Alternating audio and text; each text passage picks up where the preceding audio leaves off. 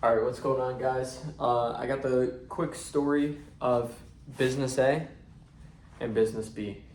So this is actually based on two of the P&Ls that we had here in the North Carolina locations, and kind of wanted to explain why the P&Ls turned out the way they did.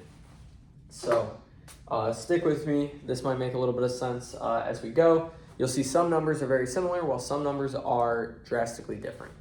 So we'll just start at the top and work our way down. We have very simple categories here. Of course, you're going to have a few more categories than this on your P&L, but I kind of just try to chunk everything together, make it nice and easy to write up here. So for Business A, we're going to say they did $30,000. For Business B, we're going to say they did $36,000. These are fairly similar businesses. A little bit about Business A and Business B. Business A is a newer business. It has not been around as long. Business B is a little bit older business. They both have about the same reoccurring amount of customers. They both have the same hourly rate to the client. Yeah, that's about all we get out of the revenue, is just that Business B did a little bit more revenue. Business B also has some more assets, so they have a slightly higher asset capacity. They're not as close to their asset capacity because of that. So first off, we got auto. In the auto category, Business A spends $1,500. Business B spends $2,000. They have a little bit more in insurance. They have an extra truck. They did more revenue, so they spent more on gas. Besides that, all in all, it's pretty much the same. Not too much of a difference there. Ads. Both locations spent $1,000. Running ads. That did not change. You only get so much return on ad spend in each market, and that's kind of what was allotted for each of the locations. They're fairly close in revenue, so that's how much we're spending for something like that in that size. Office. Now this includes. I'm going to go ahead and include rent in this. I'm going to include all the office admin time. If you're a part of Augusta, you actually get Command Center, which will include things like your franchise fees, people answering the phones, answering emails, all those other things. Or if you're have an office staff like us, you're able to, or you have people to pay here, time to be spent, computers, equipment, different things like that. We'll also include the softwares and different things like that in there.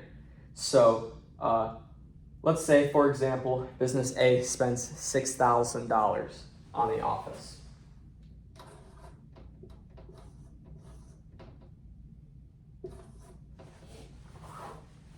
Business B spends $5,000 on the office. Now you would say, Connor, why is that like that? If you're a part of Augusta, shouldn't the franchise fees be the same? They are. What about rent? They're the same. Then what could change that?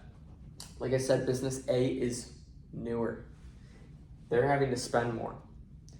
They're still getting customers. So while Business B has been at the amount of customers they're at, Business A is acquiring customers left and right.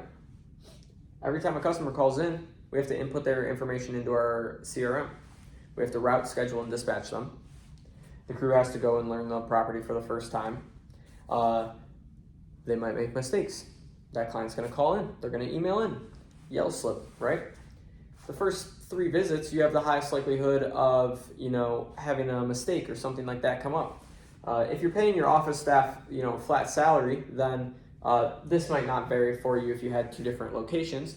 But if you're using a service like Command Center or like a call center, like a Call Boss or Jill's Office or anything like that, your number of minutes on the phone would vary. So this is going to be a little bit higher. Employees. Let's say this location spent $16,000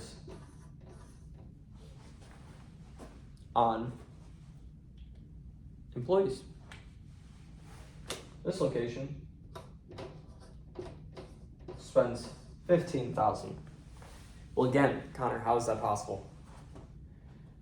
Business B, they have more trucks, remember? Remember how their auto was a little bit higher? Of course, they didn't have to pay for it this month, but that truck that cost them $20,000, well, that allows their guys to be more efficient. This location is doubling up employees.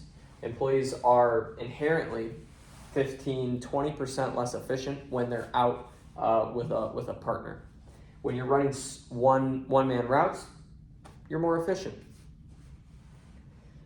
Not to mention, this business, it was slightly more established, has years of project history that they can just resell with significantly less admin time for the general manager that is running this location. Therefore, the general manager can be out in the field producing revenue. They're a fixed expense in this employee line item. So they are, let's say, 6,000 of that 15,000, but their ability to produce in the field is significantly higher than this example. The reason being is because they don't have to spend as much time on admin. This is a new and growing location. They don't have years and years and years of history with clients to continuously sell them projects or for the clients to come back and ask for projects. This location has 3 times the amount of customers in the database that this location has. A one-click email, if you're not sending out a one-click email is simply an email that you send to all of your customers. I recommend it on a monthly basis. That says, click here, you'll get a mulch quote. Click here, it's the perfect time to start mowing. They get a significantly higher return on that. Hence their higher revenue with lower rate because the manager is a fixed expense and he can be out in the field doing more work. Where here, this manager, he's knocking on doors, doing follow-up times, different things like that. Miscellaneous, that's probably the same for both.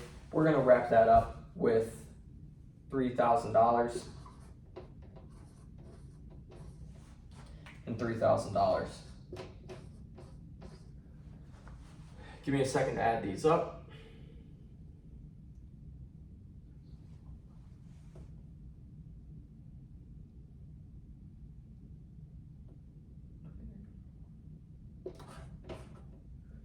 So 26 minus 36, this would be $10,000 in profit.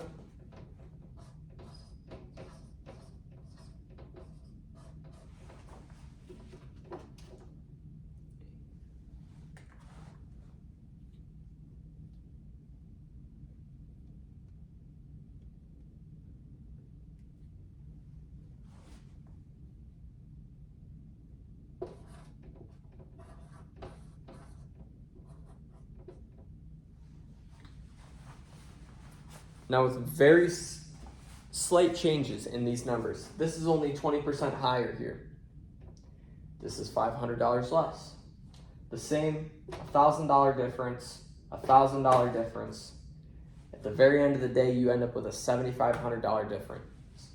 Business B makes $10,000 in the bottom line. Business A makes $2,500 in the bottom line. I hope this helped a little bit. I hope this helped make sense. It's a very oversimplified example, but when your business is older, more mature, when you have tons of clients in the database, when you have established routes, good density, more asset capacity, your bottom line tends to look like this. When you're new and growing, don't be upset that your bottom line looks like this. Growth sucks cash. We know that.